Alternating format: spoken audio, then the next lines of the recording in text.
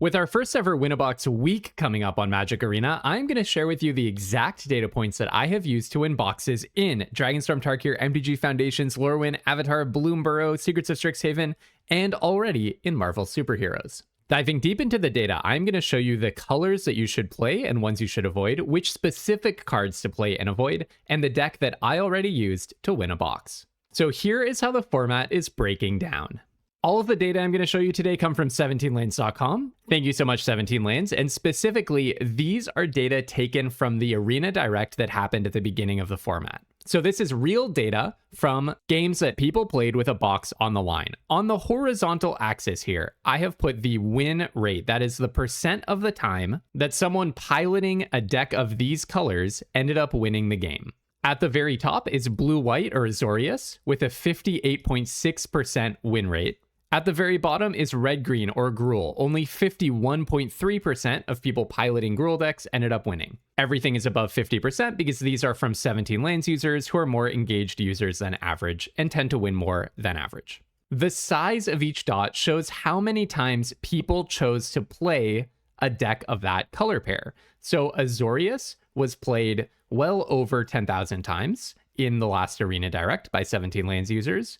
Gruul was played fewer than 1,000 times, which tells you a lot, right? Because in sealed, to a certain extent, you play what you open, but you have a lot of capability to steer in one direction or another in a sealed pool. Often in sealed, you'll have 2 or 3 viable decks, some of which might not even have a color in common. So clearly, way more people are choosing to play Azorius than Gruul, and yet way more people are winning with Azorius than Gruul. That is how strong Azorius is. I scaled this axis from 0 to 100 because I want you to keep the difference in context. We are talking about a 7 percentage point difference in your probability of winning, whether you play Gruul or Azorius. So it's not the end of the world if you have to play Gruul. But you are taking a big hit in equity right off the bat if you do. Let's zoom in and try to break down what exactly are the lessons we should learn about the format.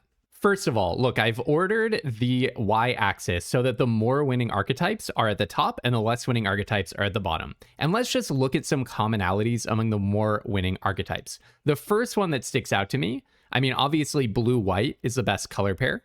But specifically, a lot of the best colors have white in them. White is in the most winning deck, white is in the second most winning deck, and white is in the fourth most winning deck. But it's not as simple as just always play white. Boros is actually in the bottom half of archetypes by how much it wins. A better way of thinking about the format than just white is amazing is actually that this is an Esper format. Look at the color combinations of the top 3 most winning decks. You have blue-white in number 1, white-black in number 2, and blue-black in number 3. These are all of the 2 color combinations you can make with the Esper colors, white, blue, and black. So there's a super simple takeaway for you. If you are doing a 2-color combination of Esper, you're doing just about the best thing that you can be doing in the format. With that said, we should not understate the dominance of Azorius specifically. Azorius has been played about 13,000 times in arenadirects, and it is almost 2 percentage points more winning than Orzhov. Orzhov, the next most winning color pair, was played 4,500 times.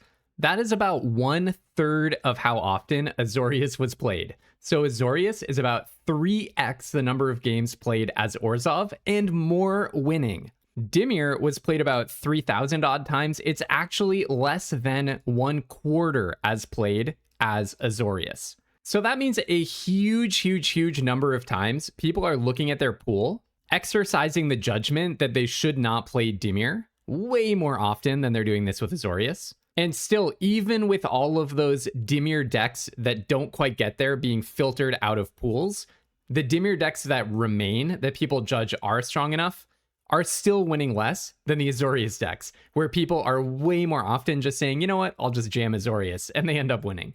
And then one that we should really call out is Selesnya. Look, Selesnya is actually the second most played by a long shot. It's got about 1,000 more games played than Orzhov in the last arenadirect, and yet it is pretty substantially less winning.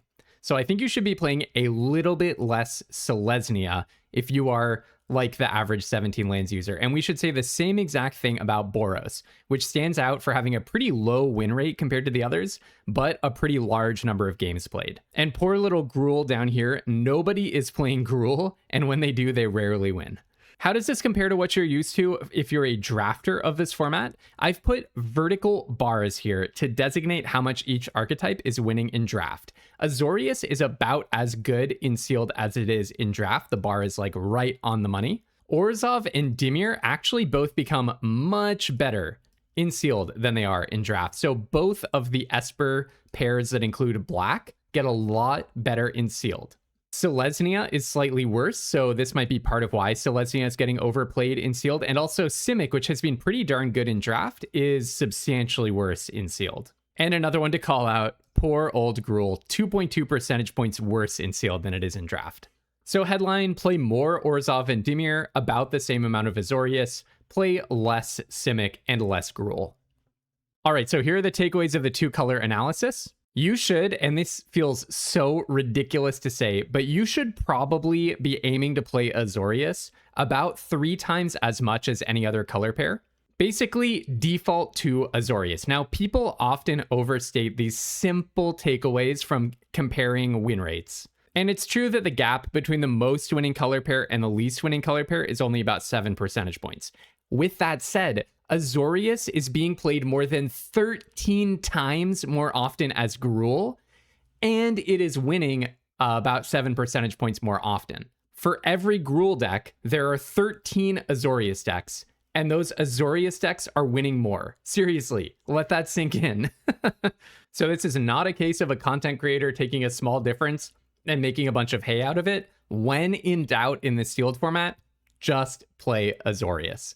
With that said, the other two color combinations of Esper, Dimir, and Orzhov are both doing pretty well. They're a lot less played, but they're pretty winning when they do get played. So play those Esper ones a little bit more than you're used to from draft.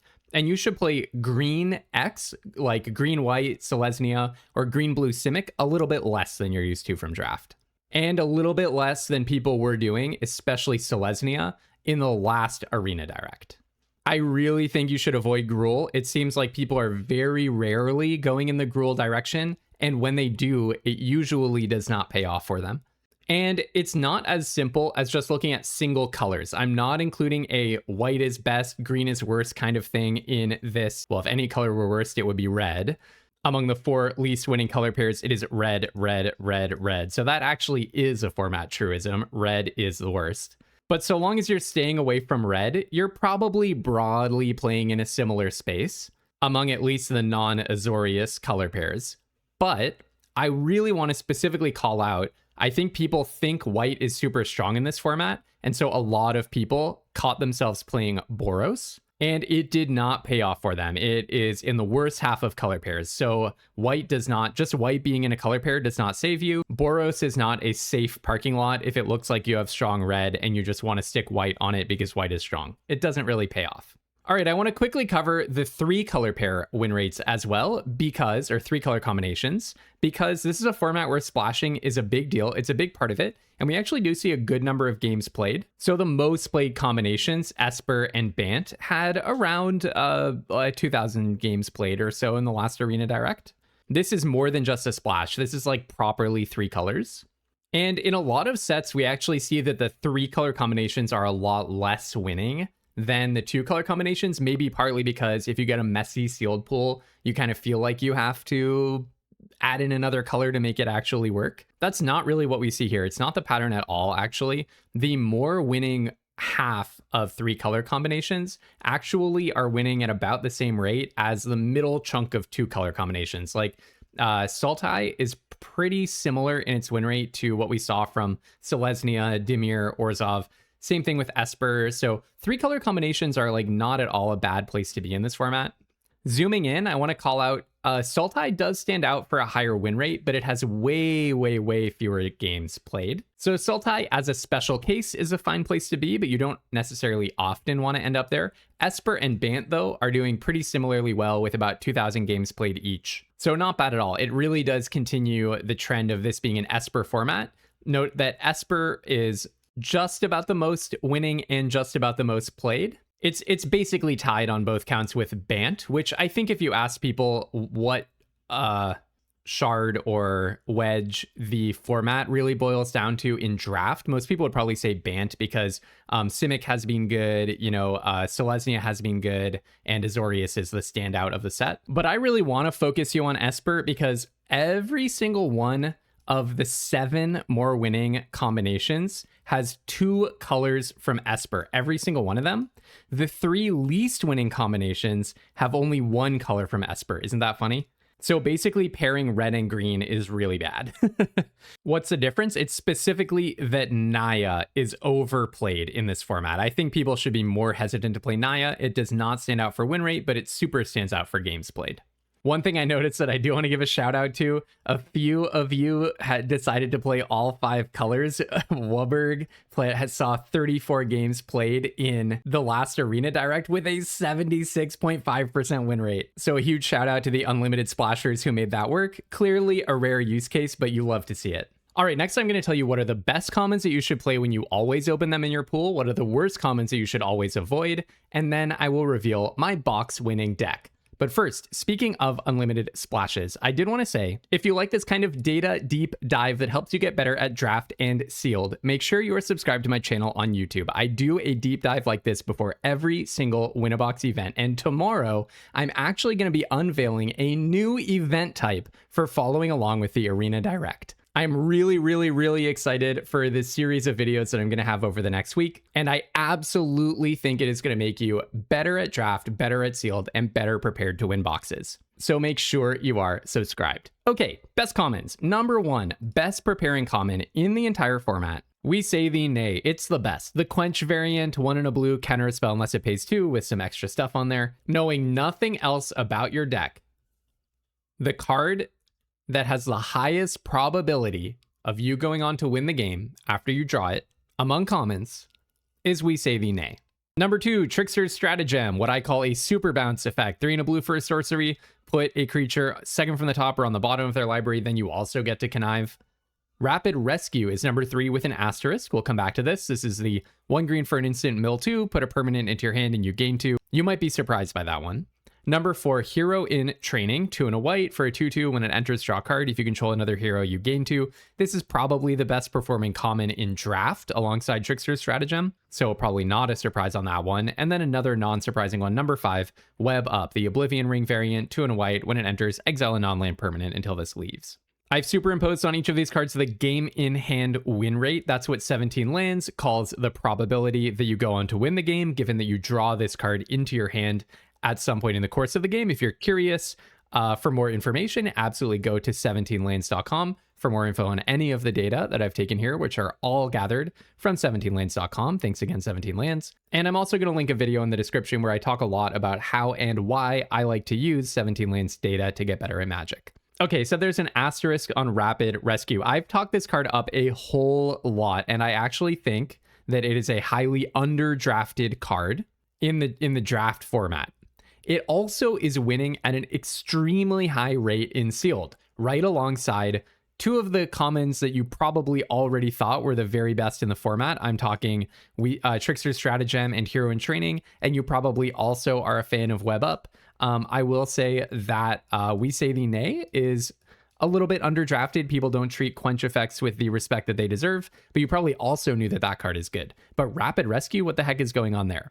Well, the thing is, Rapid Rescue has been played about 1/10 as much as the rest of these cards. So it's seeing a play in a very small niche number of decks. At the same time, it is winning at a similar rate when it's played. So what does that tell us? Rapid Rescue has this interesting combination of not looking very powerful and being super underdrafted. So my explanation for why it's on this list is an explanation I don't usually like with 17 Lands. It can be a little bit, I guess, elitist, and I try to steer away from it. But I think in this case, it's justified. I think really good players are recognizing just how good Rapid Rescue is in this set, and they know to put it in their sealed deck. This sealed set is a lot about 2-for-1s, removal, hitting your land drops, just nuts and bolts magic. in a way that like Secrets of Strixhaven was not, because I think that format was a lot more about synergy. And in a format like this, Rapid Rescue, where your deck is like vast majority permanents and you just want to see them and play them,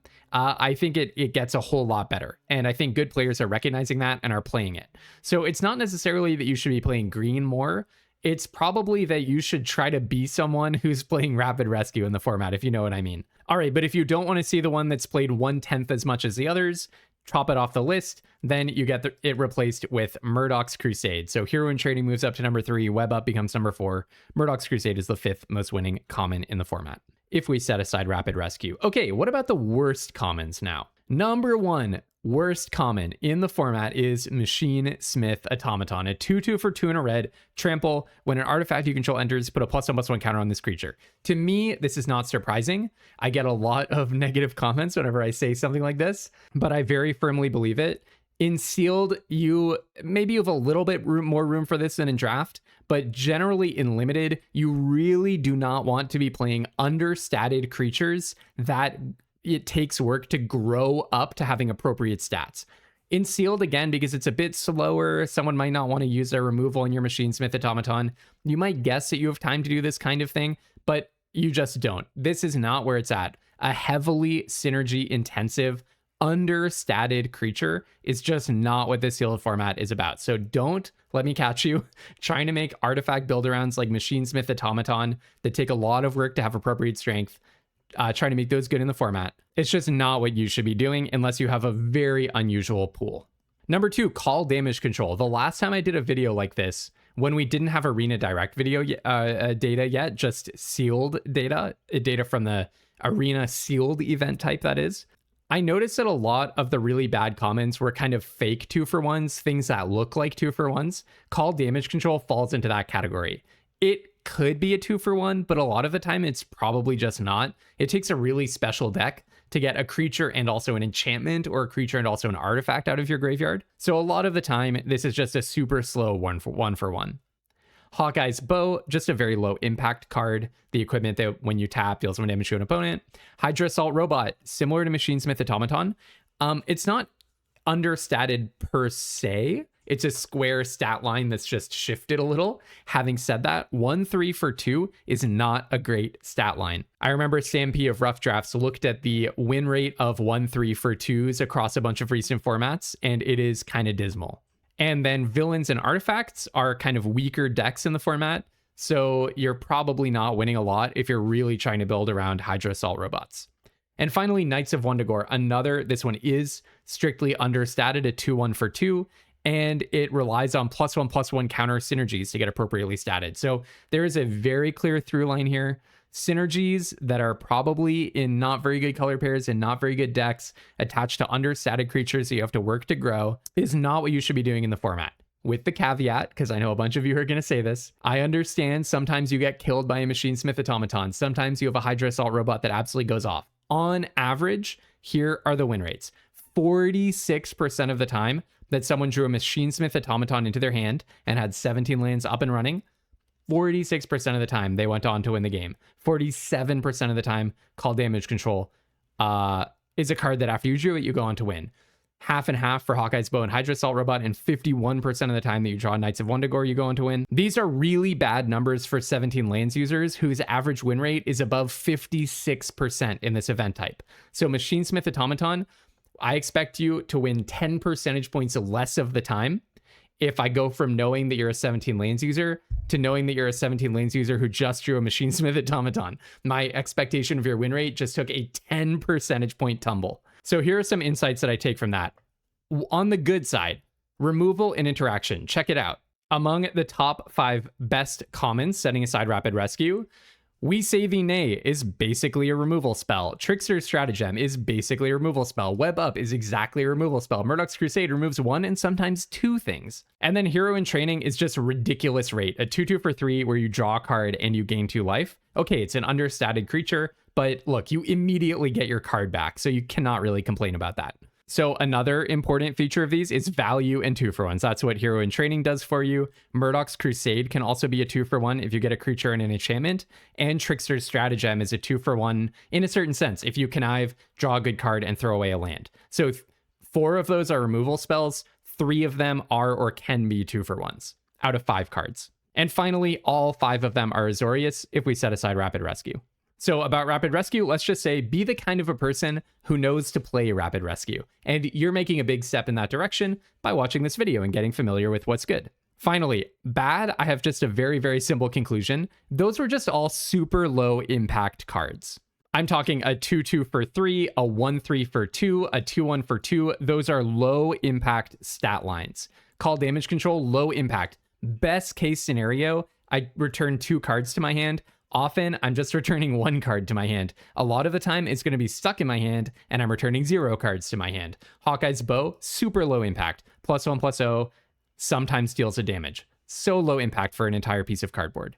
All right, last but not least, I'm going to show you the deck that I played to a victory. Here it is. And this deck just completely showcased the lessons that you've learned today. Here is what happened. It was a really interesting story. I had 1 rare that was worth playing. Every other rare that I opened was frankly garbage. And Loki, look, I won't complain about Loki. It was actually amazing in this deck. It won me several games, but it's not like unbeatable bomb of the format. Like if you start rattling off, this is a very bomby format, and if you start rattling off the best individual cards in it, you're gonna like say a bunch of names as you go down the list before you hit Loki. So what I love about this pool as a teaching device is this is all highly replicable. I did have amazing commons and uncommons in blue and white, but what you really want to do is keep your eyes open for those amazing commons and uncommons. What did I have? 2 copies of We Saving A. We just learned that's the best common in the format. Another copy, 1 copy of Trickster Stratagem, the second best in the format. I also had 2 copies of Web Up, which is like the 3rd or 4th best in the format. Or 4th or 5th. No Hero in Training, no Murdochs, but still, look, that's a lot of the best commons in the format. I had tons and tons of removal. We Saving A is removal, Web Up is removal, Frozen in Ice, Justice, not really removal, but a bounce spell. I had a Trickster Stratagem kind of removal, Spider Woman is removal, and Helicarrier Strike. And then I had tons of flying and evasion. The aerial Doombots were fantastic. Wakandan Drone Flock was good. Being able to Panther Pounce in a Tama and get some cards back was awesome. Falcon Wings Harness is evasion. Ghost has evasion. Justice has evasion. And then the card advantage and card selection was phenomenal too. I mean, Night Nurse is card advantage. Loki is card advantage. Shield Spy Kit is card selection. And Trickster Stratagem is card advantage. And several 2-for-1s like Burrow Backup is a 2-for-1. Basically, every card in the deck falls into one of those categories. So that's my trophy deck, and I just want to say, like, a lot of the time, you should probably just build the best Azorius deck that you can with the commons and uncommons in your pool, unless one of those colors looks notably weak to you, in which case, tick down the list. Try to see if there's a good Esper deck. This is if you don't have obvious bombs that are pulling you in some direction. But look, if you open some bombs and you think Gruul is your safest option, try to compare the Gruul deck with the bombs to an Azorius deck with no bombs, and ask yourself honestly, is the Azorius deck just better? Because again, for every Gruul deck by a 17 lands user, there were 13 Azorius decks, and those Azorius decks won more often on average. So I'll just leave you on that thought. If you want to see the run where this actually trophied, I'll put that on the end screen at the end of this video. If you play in this gauntlet over the next week, the longest Arena Direct we've ever had, good luck winning a box. And tomorrow I'm going to unveil my new special series, a new type of video for enjoying the Arena Direct. So if you're not subscribed, make sure you are to catch that video. If you try to win a box, good luck. And until tomorrow, have tons of fun playing Magic, and don't be afraid to splash.